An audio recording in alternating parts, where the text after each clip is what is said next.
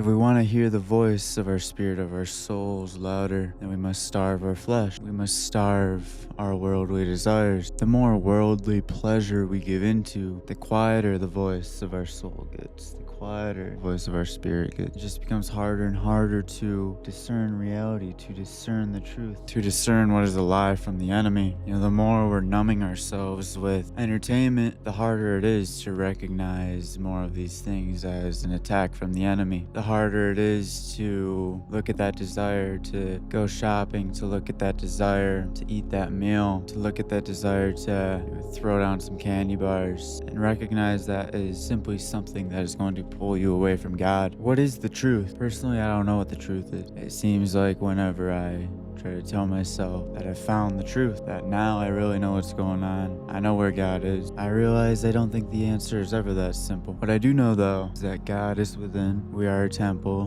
God dwells inside of us. Mastery of our mind is so important. How are you going to serve God to the best of your ability if you cannot master your mind, if you don't work on mastering your mind? To be in a place where you look at life as unfair, as things happening to you, like you can't catch a break, things won't go your way, like why can't it just be easier? Why can't God just give me good things? It's so incredibly foolish. Just look at how much you have to appreciate right now, no matter your situation. You have this soul that you have been given that you can do amazing things with. You can change lives. You get to create your reality. You get to do whatever you want. You get an opportunity to grow every day. You get an opportunity to create opportunity. It's all about how you frame everything. You can either do what comes sort of naturally to a lot of people and look at the bad, look at what you don't have, look at where things are going wrong, or you can choose to work on your mind, on progressing towards each and every day, choosing to see the good and realizing how good things actually are. A lot of this comes with simply accepting your reality, accepting the fact that you've been wrong maybe all your life, to accept maybe the fact that the way you were living was getting you nowhere, to be able to be humble enough to accept that and to try different things. I'm at a point in my spiritual walk where I again, for the second or third time, feel like everything I thought I knew was a lie, or I feel like I was deceived, to feel like I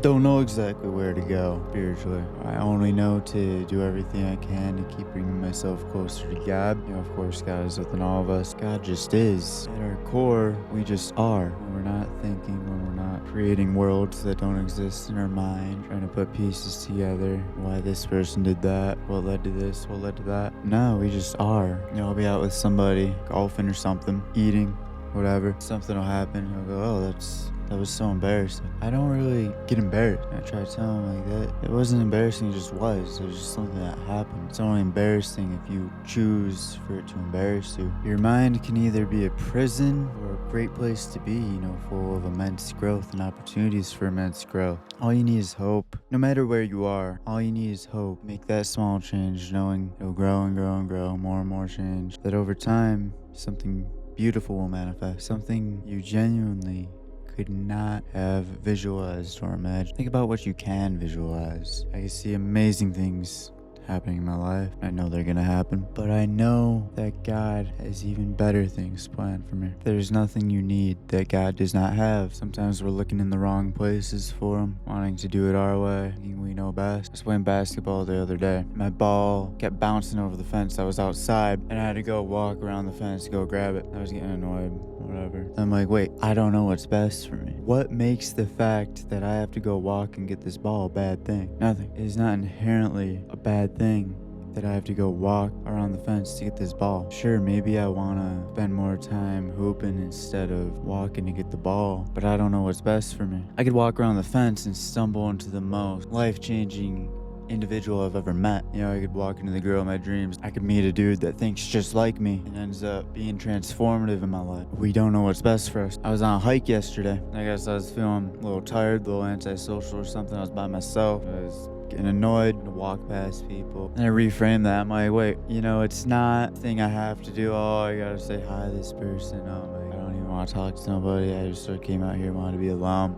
No, this isn't opportunity. Each individual you meet is an opportunity, not to use them, but to grow with them, to help them grow, to have an impact on them. And maybe they can give something you. It's like, what can I say to this person that will change their day? And, maybe they'll change my day, change my life in some type of way. I always find myself thinking that my line of thinking is selfish. Like, oh, I only want to change somebody else's day because that's going to make me feel good. But if that was the case, everything would be selfish. There would be nothing that we could do that wouldn't be selfish. Let's say, for example, my parents are gonna drive like a few days from New York to Utah in August and then drive up to Ohio to help me move to college. And they're gonna do that because it makes them feel good to help their son, right? But is that selfish of them? No, not at all. Of course not. But you know, when we look at everything everybody does, when people do these things for others, it's beneficial for everybody. There's nothing selfish about it, you know, it's out of love. No healthy person does things because it makes them feel like garbage. I'm not gonna buy somebody a gift or show somebody I care in any type of way because it makes me feel like garbage. No.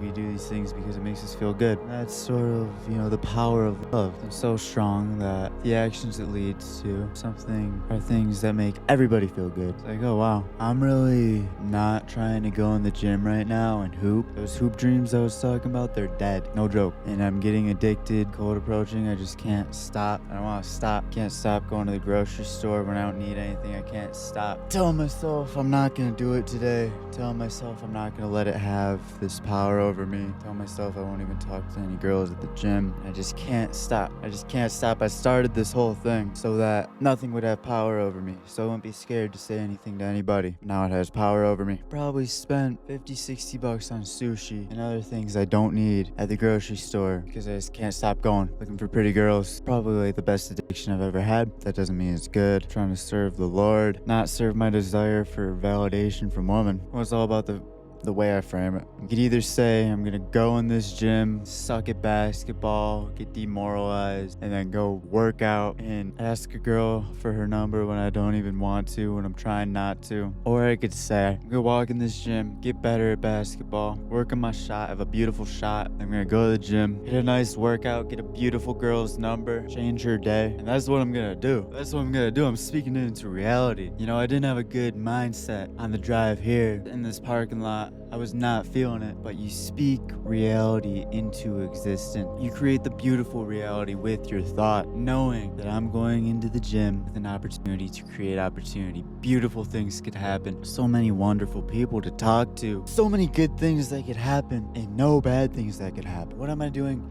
Sitting in the parking lot, not wanting to go in. I'm excited to go in. I'm ready, filled with joy and renewed energy for my day. Let's get it.